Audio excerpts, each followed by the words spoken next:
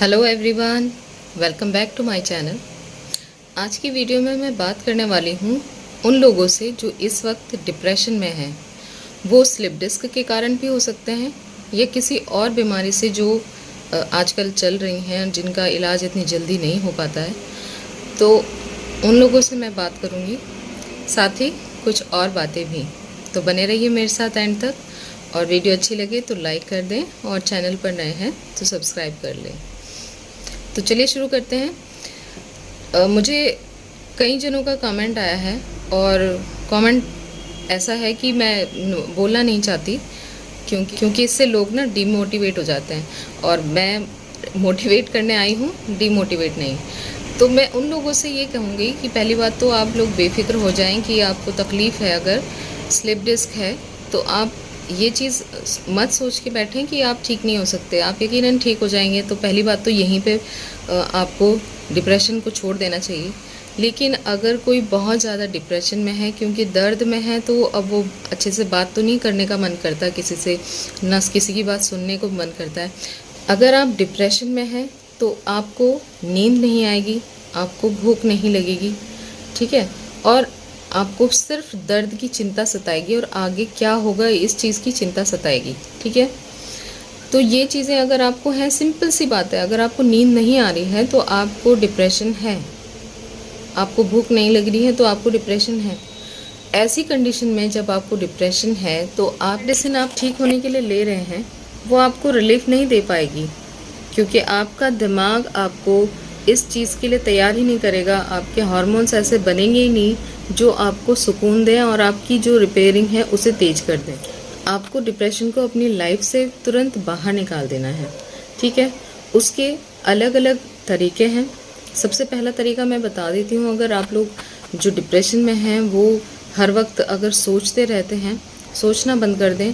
और उसके लिए आप क्या कर सकते हैं, एक होम्योपैथी की मेडिसिन आती है, किसी होम्योपैथी वाले अच्छे से डॉक्टर से मिलें और उन्हें कहें कि हमें एंटी डिप्रेशन मेडिसिन दे दें, ठीक है। तो एंटी डिप्रेशन कोई भी मेडिसिन आप ले सकते हैं। अगर आपको मिल जाती है तो बहुत अच्छी बात है, वरना तो मैं आपको उसके बारे में बता दूंगी। एलोपैथी मेडिसिन के लिए मैं नहीं कहूँगी एंटी डिप्रेशन, अगर कोई टैबलेट है तो एलोपैथी ना लें। अगर कोई आयुर्वेदिक या होम्योपैथी हो, होम्योपैथी में बहुत अच्छी मेडिसिन होती है। होम्योपैथी की जो मेडिसिन होती है वो आपको ठीक करेंगे और उसका साइड इफ़ेक्ट भी नहीं होता है, तो आप वो ले सकते हैं एंटी डिप्रेशन के लिए, ठीक। एंटी डिप्रेशन मेडिसिन लेने के साथ ही आपको ऐसे लोगों से दूर रहना है जो हर घड़ी आपकी तकलीफ़ के बारे में बात करते हैं। आप ऐसे लोगों से मिलें, ऐसे लोगों से बात करें जो कुछ और भी बात करें। मतलब आपका जो जहन है, आपका जो दिमाग है, वो सिर्फ तकलीफ़ के बारे में ना सोचता रहे, किसी और टॉपिक के बारे में भी सोचें।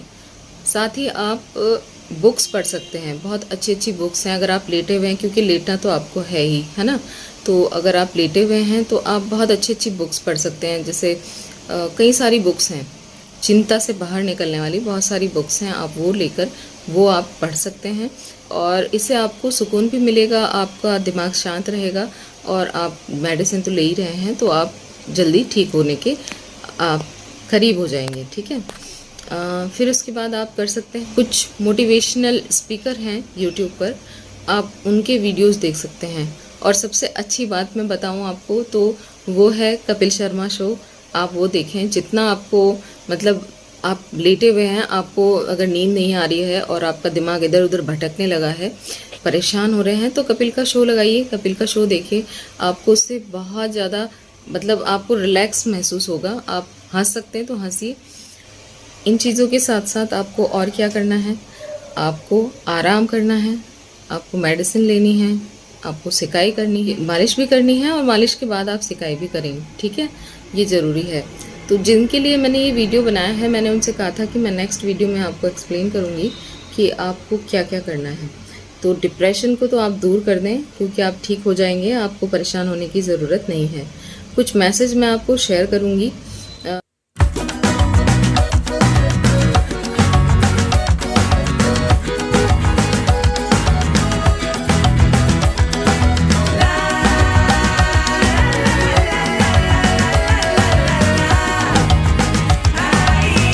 2014 से वो बीमार थे और उन्होंने मेडिसिन लेते रहे, इधर उधर जाते रहे, कहीं से आराम हो जाए, बहुत इधर उधर गए वो, पर आराम नहीं हुआ। फिर उन्हें बीच में कहीं से आराम भी हुआ, थोड़ा सा आराम हुआ, फिर वो जिनसे आराम हुआ था वो मिलते नहीं थे, तो फिर उन्होंने अब किसके पास जाए जब मिल ही नहीं रहे हैं। फिर उन्हें अभी रिसेंटली 6 जून को उन्होंने डेट लिखी है, आपने पढ़ा होगा। 6 जून को उन्होंने बताया कि मैं किसी एक इंसान से मिला और उसने सिर्फ 5 मिनट लगाए और मैं बिल्कुल ठीक हूँ। तो देखिए, आप लोगों को ये चीज़ मान के चलनी है कि आपका अभी वक्त नहीं आया है ठीक होने का, जो लोग दर्द में हैं। तो जिस वक्त आपका टाइम आ जाएगा आप बिल्कुल ठीक हो जाओगे, इसलिए परेशान ना हो, कोशिश करते रहना है। अगर आपको इलाज मिलने में देरी हो रही है, आपका इलाज तो सब बताते हैं। जैसे कोई कहेगा मैं वहाँ से ठीक हो गया हूँ, आप वहाँ जाएंगे तो आपको रिलीफ नहीं होगा, या हो भी जाएगा, लेकिन अगर नहीं होता है, ये बिल्कुल ना सोचें कि आप ठीक नहीं हो सकते हैं, ठीक है। इसका मतलब है कि आपका इलाज कहीं और है, और यकीन मानिए यही सच है। आप बड़े से बड़े डॉक्टर के पास जाएंगे, बड़े से अच्छे हकीम के पास जाएंगे, और आपको आराम नहीं आ रहा है, इसका मतलब है कि यहाँ पर आपके लिए दवाई नहीं है। आपकी जो बॉडी की कमी है, जो आपका जो तकलीफ़ है, वो अभी तक किसने पकड़ा नहीं है। जब आपकी तकलीफ़ पकड़ में आ जाएगी तो आप बिल्कुल ठीक हो जाओगे। अगर आपको कहीं से 2 महीने दवाई खाते हुए हो गए हैं, किसी भी जगह के, ठीक है, किसी भी जगह से ले रहे हो आप, एलोपैथी ले रहे हो, होम्योपैथी ले रहे हो या यूनानी ले रहे हो, अगर आपको किसी भी तरह से उसमें से कुछ भी एक मतलब ज़रा सा भी फ़र्क महसूस नहीं हो रहा है दर्द में, और आपका दर्द बढ़ रहा है, आपकी तकलीफ़ बढ़ रही है, तो उस इलाज को आप ड्रॉप कर दें। 2 महीने बहुत होते हैं ये जानने के लिए कि आपको थोड़ा सा भी आराम आया या नहीं। ये आपको खुद एनालाइज करना है कि आपको रिलीफ आ रहा है या नहीं।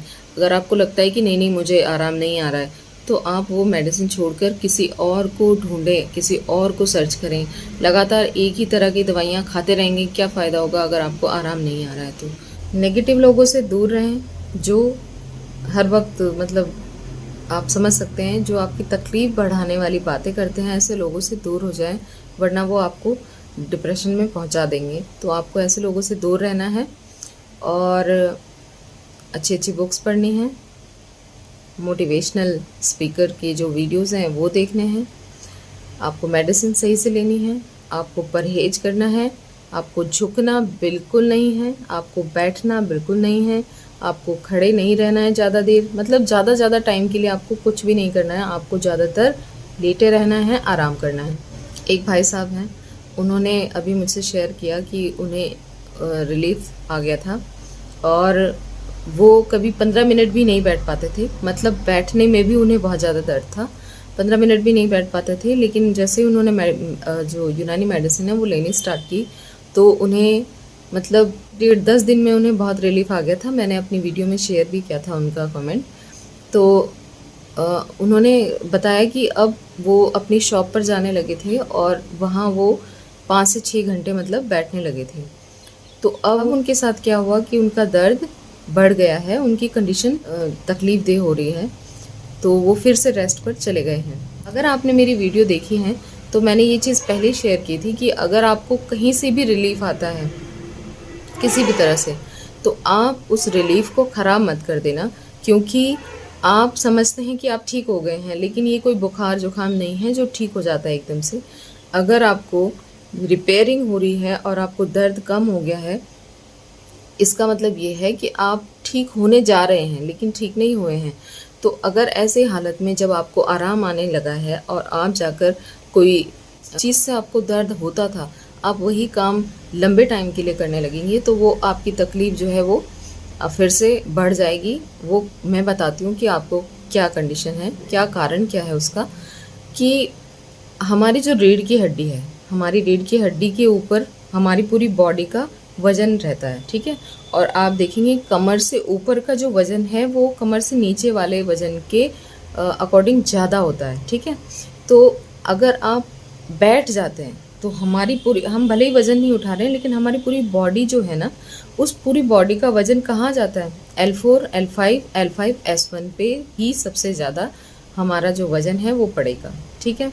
तो अगर आप बैठ जाते हैं तो हमारा वज़न आ रहा है, तो जब हमारी डिस्क अगर फट गई है और वो रिपेयर हो रही है, उसे टाइम लगता है ना रिपेयरिंग में, तो रिपेयर हो रही है और जो रिपेयरिंग है उसे हम उसके ऊपर खूब सारा वजन रख दें, तो जो वो सिलना स्टार्ट हुआ है, जो वो वापस जुड़ना स्टार्ट हुआ है डिस्क, उस पे हम अगर खूब सारा वजन रख देंगे तो वो क्या हो जाएगा, वो फिर से पिचक जाएगी और वो फिर से आपका जो लिक्विड है वो बाहर आ जाएगा। सिंपल सी बात है। आप अगर आप इतना सा समझ जाते हैं कि आपका जो वजन है, आपके द्वारा किया गया कोई भी ऐसा काम जो आपकी डिस्क को रिपेयर होने से रोक रहा है और आपका जो लिक्विड है वो फिर से बाहर आ सकता है, वो काम आपको नहीं करना है। अब आप अगर ज़्यादा देर बैठते हैं तो भी आपके साथ यही दिक्कत होने वाली है, आप खड़े होते हैं ज़्यादा देर तो भी आपके साथ यही दिक्कत होने वाली है, और अगर आप मुड़ जाते हैं, नीचे की तरफ झुक जाते हैं, तो भी आपके साथ यही सेम प्रॉब्लम होने वाली है। तभी आपको झुकने से, नीचे बैठने से मना किया जाता है कि वो जो डिस्क है वो अगर रिपेयर हो रही है, वो फिर से उसके जख्म जो है वो खुल जाएंगे, वो फिर से बाहर आ जाएगी।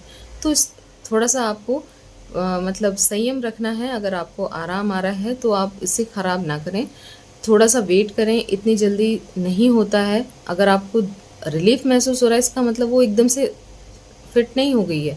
इससे जुड़ा मैं एक इंसिडेंट आपसे शेयर करती हूँ।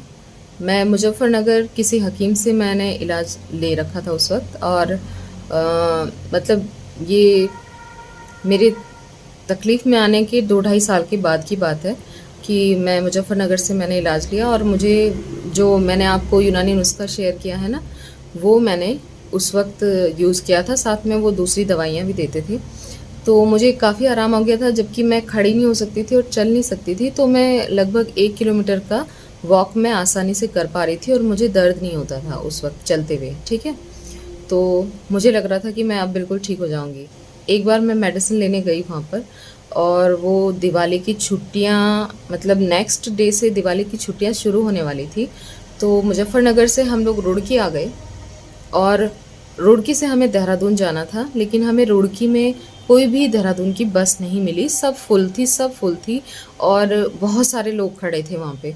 तो हमने डिसाइड किया कि हम लोग ऐसा करते हैं कि यहाँ से सहारनपुर की बस में बैठ जाते हैं। सहारनपुर की बस जा रही थी, तो हमने कहा कि हम सहारनपुर की बस में बैठ जाते हैं और वहाँ से जो देहरादून के लिए हमें बस मिलेगी वो हम ले लेंगे। तो हम यहाँ से सहारनपुर चले गए, पर हमें वहाँ पर जाकर जो फेस करना पड़ा वो ये था कि वहाँ पे हज़ारों हज़ारों लोगों की भीड़ थी, बेहिसाब भीड़ थी। आप समझ सकते हैं, जिन्होंने दिवाली की छुट्टी के लिए जाने का प्लान बनाया उन्होंने भीड़ देखी होगी, हमेशा ही होता है ऐसा। तो वो हमारा बैड लक था कि हम उस सिचुएशन में फंस गए। और कंडीशन ये थी कि पहला 1 घंटा तो मैंने आराम से निकाल लिया खड़े खड़े कि चलो अब आ जाएगी, अब मिल जाएगी बस। अब मतलब बसेस बहुत जा रही थी, लेकिन वो डोर तक नहीं खोल रहे थे क्योंकि लोग घुस जाते उसमें, और ऑलरेडी वो भरी हुई थी। भरी हुई मतलब खड़े भी नहीं करके ले जा रहे थे लोगों को, पता नहीं क्यों। तो बसेस खाली थी, सिर्फ बैठे थे लोग, लेकिन वो लोग बैठा नहीं रहे थे। तो 1 घंटा निकला, 1.5, फिर 2 घंटे हम लोग कोशिश करते रहे। मतलब हमें शाम से अंधेरा हो गया वहाँ पे खड़े खड़े कि बस मिल जाएगी। उसके बाद 2 घंटे के बाद मेरे कपकपाहट शुरू हो गई मेरी कमर से पैरों तक, और उस एक कंडीशन ऐसी आई कि मैं वहीं, मतलब मुझसे कंट्रोल नहीं हुआ और मैं रोने लगी, क्योंकि मेरी तकलीफ़ तो मुझे पता थी ना, और दर्द से ज़्यादा वो कपकपाहट और थरथराहट थी। और मुझे बैठना था, बैठना नहीं था, मुझे लेटना था। तो जब मैं रोने लगी और वहाँ पे जो शॉपकीपर थे उन्होंने देखा कि ये लेडी को कुछ परेशानी हो रही है, बेल्ट मैंने लगा रखी थी, तो वो लोग आए मेरे पास, उन्होंने कहा क्या हो गया बेटा। तो मैंने बताया कि मैं खड़ी नहीं हो सकती हूँ और मुझे बस नहीं मिल रही है। तो उन्होंने चेयर ला के दी, और कोई कंडीशन थी नहीं वहाँ पे, मैं कैसे बैठती। तो मैं चेयर पे मैंने थोड़ा सा टिकने की कोशिश की कि मुझे थोड़ा रिलीफ मिल जाएगा। तो उसके बाद वो लोगों ने, जो शॉपकीपर थे उन लोगों ने भी कोशिश की कि बस वालों को रोक लें। बस रुकी भी, उन्होंने उनसे रिक्वेस्ट की कि ये बहुत तकलीफ़ में है, इसे प्लीज़ घर तक पहुंचा दें। तो उन्होंने कहा बस में जगह ही नहीं है, हम कैसे ले जाएंगे। तो वो लोग मुझे छोड़ के चले गए। तो वो जो टाइम था, जो 3 से 4 घंटे मैं वहाँ खड़ी रही हूँ, वो जो मेरा आराम आया था, जो मैं आराम की तरफ थी, मेरा वो सारा आराम ख़राब हो गया। इसके बाद भी मैं वहाँ से मेडिसिन लाती रही, कम से कम 1.5-2 महीने और मैंने वहाँ से मेडिसिन लाई कि शायद मुझे अब आराम आ जाए, लेकिन वो आराम वहाँ से मेरा ख़राब हो गया। और फिर वो अच्छा, उस दिन हम वो कंप्लीट कर देती हूँ कि 4 घंटे खड़े रहने के बाद, और जब कोई रास्ता नहीं बचा तो हमारे सहारनपुर में ही हमारे रिलेटिव हैं और वहाँ की बसेस जा रही थी, तो हम लोग उनके यहाँ चले गए। तो इस तरह से वो दिन बहुत ही ख़राब था और उसके बाद मुझे कभी आराम नहीं मिला उन मेडिसिन से। मैंने हालांकि 1.5-2 महीने और ट्राई किया, मेरे लिए बहुत लंबा सफ़र होता था, तकलीफ़ भी होती थी, लेकिन मैं लेके आती थी उनसे, लेकिन मुझे आराम नहीं पड़ा। फिर मैंने उनकी दवाइयाँ बंद कर दी। तो ये चीज़ मैंने आपको बताई इसलिए है कि अगर आप ठीक हो रहे हैं और आप बहुत अच्छी बात है, आपको आराम आ रहा है, तो प्लीज़ आप ज़्यादा देर खड़े होने वाली चीज़ या आपको ज़्यादा चलना पड़े वो मत करें। आपको बैठने वाला काम भी नहीं करना है। अगर आपको आराम भी आ गया है तब भी आप ज़्यादा देर ना बैठें भाई। आपको ठीक होना है तो आपको ये चीज़ों का ध्यान रखना है। और डिप्रेशन वाले बिल्कुल डिप्रेशन ना करें, क्योंकि ठीक तो आपने होना ही है, ठीक है। तो आप इस चीज़ को दिमाग से निकाल दें। अगर आपको कोई परेशानी है, आपको कोई तकलीफ़ है, तो वो ठीक हो जाएगी, क्योंकि इलाज दुनिया में बहुत सारे तरीके हैं इलाज के, और आपको जिस दिन आपका तरीका मिल जाएगा आप बिल्कुल ठीक हो जाओगे। तो अभी फ़िलहाल के लिए इतना ही। वीडियो को लास्ट तक देखने के लिए शुक्रिया।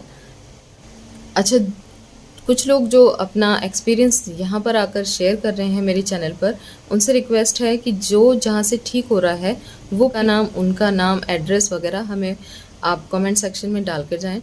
अगर किसी को हेल्प हो सकती है तो बहुत अच्छी बात है। तो अगर आपको आराम आता है, आप में से कोई शेयर करना चाहता है, तो वो कमेंट सेक्शन में उस जगह का एड्रेस भी शेयर कर दे। अगर कोई जाना चाहेगा तो वो चला जाएगा। बस आज के लिए इतना ही। और किसी तरह का सवाल आपका है तो आप मुझसे पूछ सकते हैं।